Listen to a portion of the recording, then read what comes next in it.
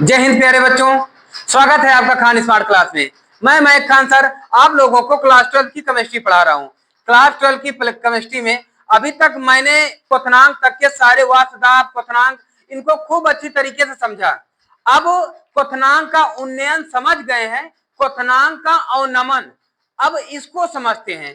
अवनमन यानी इससे मतलब है दो चीजें, हिमांक का अवनमन यानी हिमांक क्या होता है सभी बच्चे जानते हो, अवनमन क्या होता है कम हो जाना, है ना। तो यानी अगर हम आपसे पूछे बेटवा बताओ हमें पानी को बर्फ बनने के लिए कितने तापमान की जरूरत पड़ेगी? 0 डिग्री सेल्सियस की, उस पर बर्फ बन जाएगी? हाँ श्योर है ना, बन जाएगी। अब अगर उसी में हम 1 चम्मच या 2 चम्मच चीनी मिला दें तो क्या बर्फ बनेगी? नहीं बनेगी, क्योंकि ये इसके चीनी के जो कण है ना ये बर्फ बनने से रोकेंगे। अब जो रोकेंगे तो भैया इसी को रोकने के लिए अब रोकेंगे बर्फ बनने के लिए अब हिमांक की और जरूरत पड़ी, मतलब तापमान की और जरूरत पड़ी, इसको और नीचे जाना पड़ेगा, यानी -2 -3 डिग्री सेल्सियस की जरूरत पड़ जाएगी जमने के लिए। तो ये जो उसके हिमांक में कमी हुई है, जमने के लिए हिमांक में कमी हुई है, इसी कमी को हिमांक का अवनमन कहते हैं। हिमांक का मतलब है बर्फ का बनना, अवनमन का मतलब है घटना। क्या? घटना। अब यानी बर्फ जो बन रही है उसमें क्या कमी हो रही है, इसको समझने के लिए हम समझते हैं हिमांक में अवनमन। क्लियर? इसी को हम समझने चल रहे हैं depression in freezing point. Depression कहते नहीं, हम आज बहुत डिप्रेशन में है ना, आपका जो अवनमन है ना वो घट गवा है। अब जो समझाया वही चीज लिख दिया हूं। क्या बताया कि हिमांक में अवनमन, हिमांक को बताया यानी बर्फ का बनना, अवनमन को बताया यानी वही जो तापमान में कमी, हिमांक में कमी जो हुई है। तो यानी हिमांक क्या है? वह तापमान जिस पर कोई द्रव जमकर ठोस बन जाता है तथा किसी पदार्थ का द्रव और ठोस दोनों अवस्थाओं का वाष्पदाब बराबर हो जाता है, क्या कहलाता है? हिमांक कहलाता है। ठीक है ना, हिमांक कहलाता है। इंग्लिश में इसको देखिए, मैंने अभी तक जो वीडियो शेयर किए हैं इस वीडियो में मैंने यहाँ पर जो बच्चे रहे हैं इन बच्चों को वीडियो के एंड में फिर उनको इंग्लिश बोला हूं, लेकिन अब इंग्लिश और हिंदी दोनों साथ लेकर के हर वीडियो में चलूंगा। हाँ अगर संभव नहीं होगा ये पूरा लिखना, क्योंकि लिखने में ज्यादा समय लगता है, तो लिखना संभव नहीं होगा तो मैं बोल दूंगा, तो इसको आप वीडियो रोक रोक के बढ़िया सा आप लिख लेना। लेकिन यही सेम इसका ट्रांसलेट किया हूं, सब सेम ट्रांसलेट है, तो ये बहुत आसान तरीके से 0 लेवल से आपकी तैयारी होगी, याद रख लेना इस बात को। ठीक है ना। तो अब क्या है? द टेम्परेचर एट विच, वह तापमान जिस पर कोई, the temperature at which the vapour pressure of the substance is it equal phase, दोनों अवस्थाओं में बराबर हो जाती है, is equal to it vapour pressure, it is the solid phase. तब वो सॉलिड फेज में यानी सॉलिड अवस्था में यह बराबर हो जाती है, it is called freezing point. Clear है? It is called freezing point. फिर इसके बाद हिमांक में अवनमन, हिमांक में अवनमन क्या है?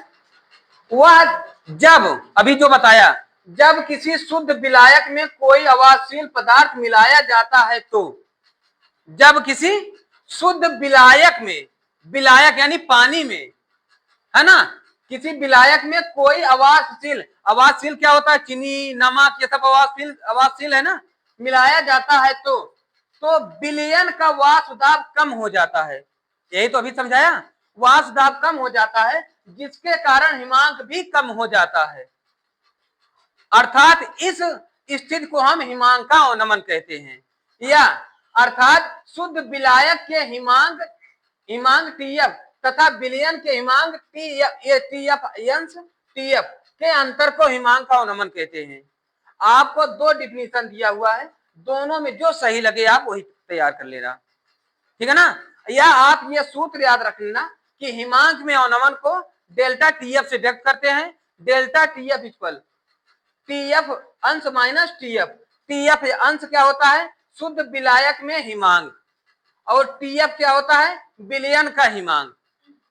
तो शुद्ध विलायक में हिमांक तथा विलयन के हिमांक के अंतर को हिमांक में अवनमन कहते हैं। आराम से बन जाएगी ना, है ना, क्लियर है इतनी बात, है ना। इसका जल्दी से इंग्लिश वाले लिख लो, इंग्लिश वाले, when a non volatile solute is added to a pure solvent, its vapor pressure decreases, comma, when a non-volatile solute is added to a pure solvent, comma, its vapor pressure decreases, causing a decrease in its freezing point, full stop, line change. It is called depression in freezing point. It is called depression in freezing point, line change. It is denoted by delta T. It is denoted by delta TF. That is delta TF equal TF minus TF.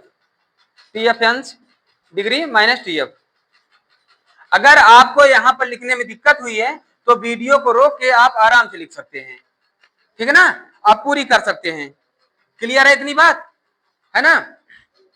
तो इसे समझ गए, एक बार फिर समझ लेते हैं। जब किसी शुद्ध विलायक में कोई अवाष्यशील पदार्थ मिलाया जाता है तो विलयन का वाष्प दाब कम हो जाता है, जिसके कारण हिमांक भी कम हो जाता है। इस स्थिति को हम हिमांक में अवनमन कहते हैं। इसे डेल्टा टीएफ से व्यक्त करते हैं। या आप कह सकते हो कि शुद्ध विलायक के हिमांक टीएफ अंश, शुद्ध विलायक के हिमांक तथा विलयन के हिमांक टीएफ के अंतर को हिमांक का अवनमन कहते हैं। इसे डेल्टा टीएफ से व्यक्त करते हैं। डेल्टा टीएफ इक्वल टीएफ अंश माइनस टीएफ, दिस राइट, है ना। इसकी गणना करनी आ जाती है, तो गणना कैसे करोगे, तो यहीं पर लिख देते हैं,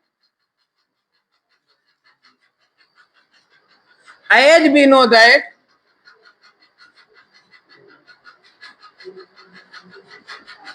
what Raoult's law, Raul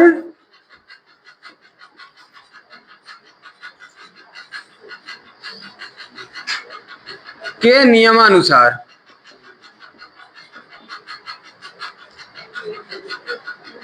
delta T या प्रोपोर्शनल एम, ये होता है भैया। हाँ, अब प्रोपोर्शनल हटाएंगे तो डेल्टा टी एफ इक्वल, भाई कोई तो कांस्टेंट लिखेंगे, वहां तक केपी लिखे थे, यहां पर के एफ इंटू एम। इसकी गणना करने के लिए यह सूत्र का प्रयोग करेंगे, या आप यहां लिख सकते थे एक हेडिंग, हिमांक में अवनमन की गणना करना, की गणना यहां डाल दो तो और सही रहेगी, ये ज्यादा सही रहेगी। हिमांक में अवनमन की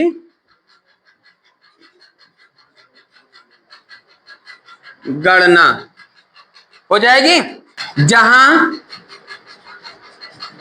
जहां के एफ इक्वल क्या है, मोलल अवनमन स्थिरांक,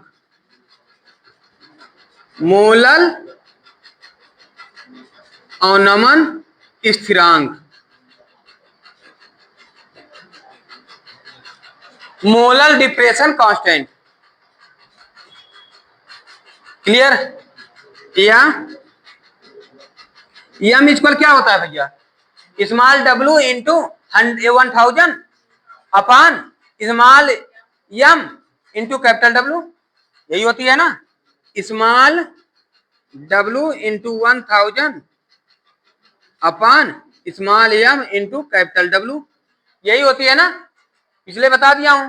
तो वही चीज यहां रख दोगे आप, delta T F equal K F into small W into 1000 upon small M into capital W.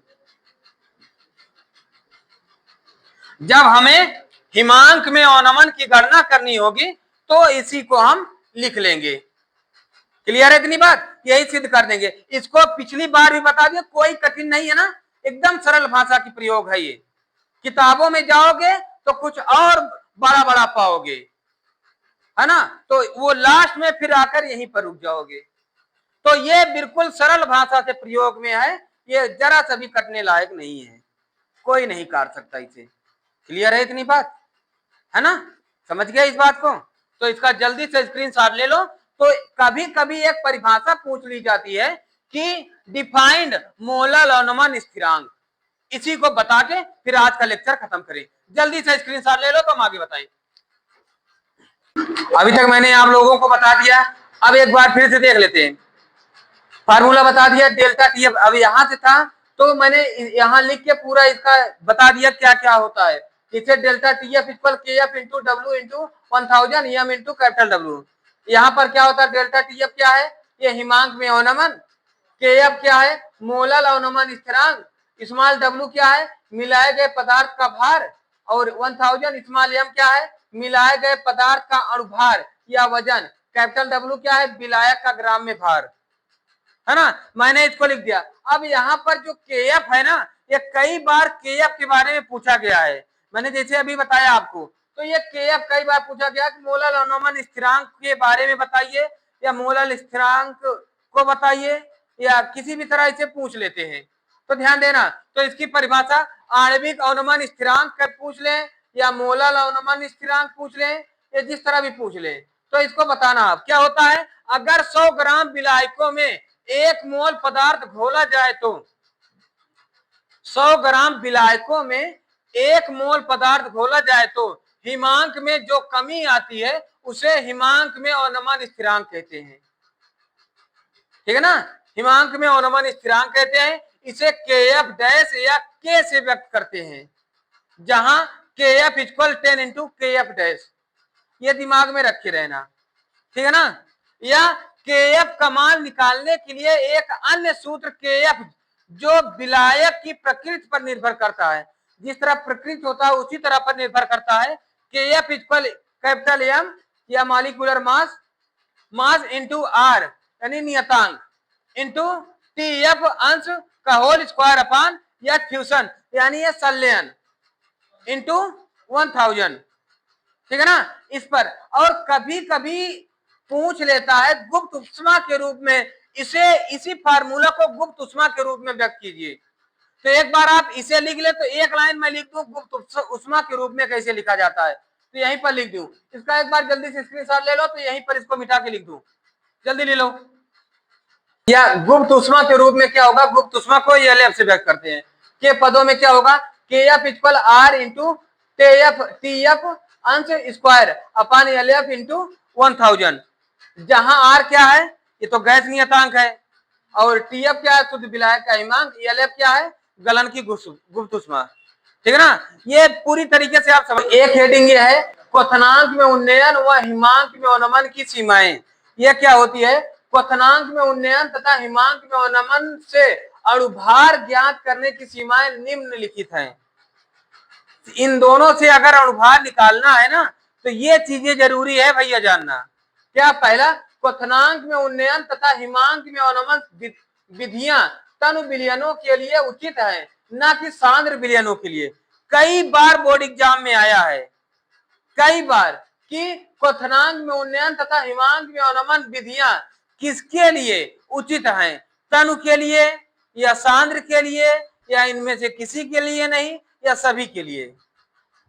तो ध्यान देना, ये चीजें बहुत बार बारीकी से पूछी जाती है और हमें वहीं पर रुकना हो जाता है। हम वहीं पर रुक जाते हैं कि भैया हमें पता ही नहीं, या तो लगा देते हैं दोनों में, या तो लगा देंगे कोई नहीं, तो वो तुक्का वाली होती है, कंफर्म नहीं होता। ठीक है, तो ध्यान देना, तन विलयनों के लिए उचित है जबकि सांद्र विलयनों के लिए नहीं, ध्यान देना। और फिर इनमें वाष्पशील पदार्थों का मोलर द्रव्यमान ज्ञात नहीं किया जा सकता। मैंने बताया ना, अवाष्पशील विलयनों के लिए ज्ञात किया जाता है, जैसे चीनी हो गई, नमक हो गई, इनका ज्ञात करना है, ना कि हम वाष्पशील के लिए किसी, समझ गए। फिर इसके बाद इनका उपयोग पूर्णतः विलायक में घुलने वाले पदार्थों के मोलर द्रव्यमान ज्ञात करने के लिए करते हैं या किया जाता है। ठीक है ना, इस पे ध्यान देना। और ये बहुत महत्वपूर्ण है, मैंने जब क्वथनांक में उन्नयन को पढ़ाया था शुरुआत में ही बता दिया था, क्या क्वथनांक उन्नयन या हिमांक अवनमन की विधि से अणुभार ज्ञात करने में बैकमान थर्मामीटर का उपयोग किया जाता है ना, मैंने फिगर में भी दिखा दिया था। बैकमान थर्मामीटर का प्रयोग किया जाता है क्योंकि यह एक सूक्ष्मग्राही तापमापी है, इसका लघुत्तम माप 0.01 अंश सेल्सियस होती है। ठीक है ना, यह थर्मामीटर सीधे तापांतर डेल्टा टीवी और डेल्टा टीएफ का मान देता है, यह सीधा मान देता है। ठीक है ना, इसीलिए इसका प्रचलन बहुत ज्यादा हुआ था, मैंने इसको उस फिगर वाले हिमांक में अवनमन में समझा दिया था। क्लियर है इतनी बात, तो बस जल्दी से इसका स्क्रीनशॉट ले लो, फिर हम आगे बताएं। समझ गए, ठीक है ना, तो एक बार इसका जल्दी से स्क्रीनशॉट ले लो, तो हम अगली वीडियो मिलते हैं अगली लेक्चर के साथ। और हाँ, अगर हमारा वीडियो देखने में मजा आ रही हो और यह सुंदर लग रही हो तो अपने दोस्तों तक शेयर जरूर करो, बताओ जरूर कि कितना बेहतर क्लास चल रही है, नोट्स आपको सबसे दमदार मिल रही है। आप नोट्स की तैयारी और अपने आप को बेहतर बनाओ, खान स्मार्ट क्लास में जरूर आओ। ठीक है ना, जय हिंद।